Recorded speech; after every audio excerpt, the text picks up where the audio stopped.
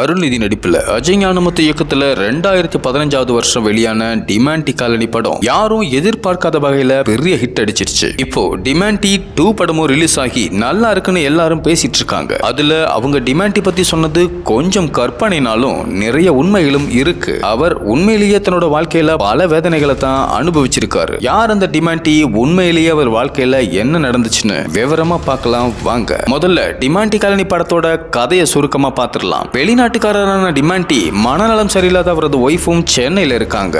வேலை விஷயமா டிமாண்டி வெளியில போகும்போது அவங்க வீட்டுல வேலை செய்யற யாரோ ஒருத்தர் அவரோட மனைவிய கர்ப்பமாக்கிடுறாங்க. இதனால வீட்டுல இருக்கிற எல்லாரையும் சுட்டுக் கொள்றாரு டிமாண்டி. கடைசியா ஆசையா பார்த்துக்கிட்ட தன்னோட ஒய்ஃபையும் கொன்னுடுறாரு. இதுக்கு பிறகு அந்த பங்களாக்குள்ள யார் போனாலும் இறந்து போயிடுறாங்க. டிமாண்டி மனைவி வச்சிருந்த சங்கிலியில தான் அவங்களோட ஆவி இருக்குன்னு சொல்லிக்கிறாங்க.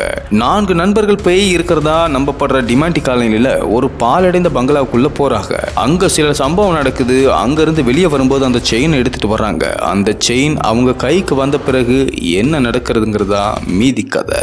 சரி, இப்போ டிமாண்டி உண்மையிலேயே யாருன்னு பார்ப்போம். இவரோட ஃபுல் பேரு ஜான் டிமாண்டே. போர்ச்சுகலை சேர்ந்த இவர் 18ஆம் நூற்றாண்டுல பாண்டிச்சேரிக்கு வராரு. அதுக்கு பிறகு கொஞ்சம் வருஷம் கழிச்சு கர்ச்சிஃப் ஏற்றுமதி செய்யக்கூடிய சின்ன பிசினஸ் மேனா தன்னோட வாழ்க்கையை சென்னையில ஆரம்பிக்கிறாரு. தொழில் விருத்தியாகவே சீக்கிரமே பெரிய தொழில் அதிபர் ஆகிறாரு. இவரு சென்னையில பல பகுதிகளில் நிலமா வாங்க குமிக்கவும் ஆரம்பிச்சிருக்காரு. இப்போ சென்னையில இருக்கிற மெல்பரிஸ் கார்டன், டிடிகே சாலை, சேமியர் சாலை, அதை சுத்தி இருக்கக்கூடிய பல நூற்றுக்கணக்கான ஏக்கர் இடம் எல்லாம் இவரோட தான் இருந்திருக்கு. இது இல்லாம கோவளத்திலையும் இடம் வாங்கி அங்க தனியா வீடு கட்டி மனநலம் பாதிக்கப்பட்டோட தன்னோட ஒய்ஃபை தங்க வச்சு பத்திரமா பார்த்துட்டு வந்திருக்காரு. தன்னோட ஒய்ஃப் சிரமம் படாம சாமி கும்பிடணும்னு கோவளத்துல இருக்கிற உத்திரிய மாதா என்ற சர்ச் கட்டி டிமாண்டி நிறைய உதவி செஞ்சிருக்காரு. இந்த தம்பதிகளுக்கு ஒரு மகன் இருந்திருக்கான். அவன் சின்ன வயசுல இருந்தே ஜெர்மனில தன்னோட பாட்டி கிட்ட வளர்ந்துட்டு வந்திருக்கான். அவனுக்கு 22 வயசாகும் போது டிமாண்டி மற்றும் அவங்க அம்மா கிட்டே நீ இருக்கலாம்னு நினைச்சு சென்னைக்கு வர கப்பல் ஏறி இருக்காரு. அப்போ கப்பல்ல நடந்த சண்டை காரணமா எதிர்பாராத விதமா டிமாண்டி பையன் கொல்லப்பட்டதா சொல்லப்படுது. இதனால டிமாண்டி உச்சகட்ட துயரில் இருக்காரு.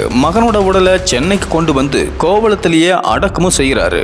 மகனோட பிரிவால தொழில சரியா கவனம் செலுத்த முடியாத நிறைய லாஸ் ஆகுது. இப்படியே 5 வருஷம் போச்சு. இவருக்கு உடம்பு சரியில்லாம போய் இறந்துடுறாரு. இவரது உடலும் மகன் உடல் பக்கத்திலேயே அடக்கமும் செய்யப்பட்டுச்சான். படத்துல டிமாண்டி அவர் ஒய்ஃபை கொலை செஞ்சதா காட்டியிருப்பாங்க. ஆனா உண்மையிலேயே டிமாண்டி தான் முதல்ல இறந்து போறாரு. அவருக்கு பிறகு அவர் மனைவி கொஞ்ச காலம் தனிமையில வாழ்ந்து வந்திருக்காங்க. டிமாண்டி உயிரோட இருக்கும்போது அவரோட சொத்துக்கள்ல பெரும் பகுதியை மயிலாப்பூர் சர்ச் மேல எழுதி வச்சிருக்காரு. அந்த இடம் தான் இப்போ டிமாண்டி காலனியா இருக்கான். ஆனா இப்போ அந்த இடத்தை தேடி போனா அங்க ஒன்னும் இருக்காது. டிமாண்டி பேரெல்லாம் மாறி போய் அந்த ஏரியாவே முன்னேற்றம் அடைஞ்சிருச்சு. டிமாண்டியோட கம்பெனிகளும் அப்பவே திவாலாகி ஒண்ணுமே இல்லாம ஆகிடுச்சு. ராஜா மாதிரி செழிப்பா வாழ்ந்த டிமாண்டி தன்னோட கடைசி நாட்கள்ல தொழில் தோல்வி, மனநலம் பாதித்த மனைவி, மகன் உயிரிழப்புன்னு நிறைய வழிகளை அனுபவிச்சுட்டு இறந்துட்டு போயிருக்காரு. டிமாண்டி காலனி 2 பார்த்தவங்க எப்படி இருக்குன்னு கமெண்ட்ல சொல்லுங்க.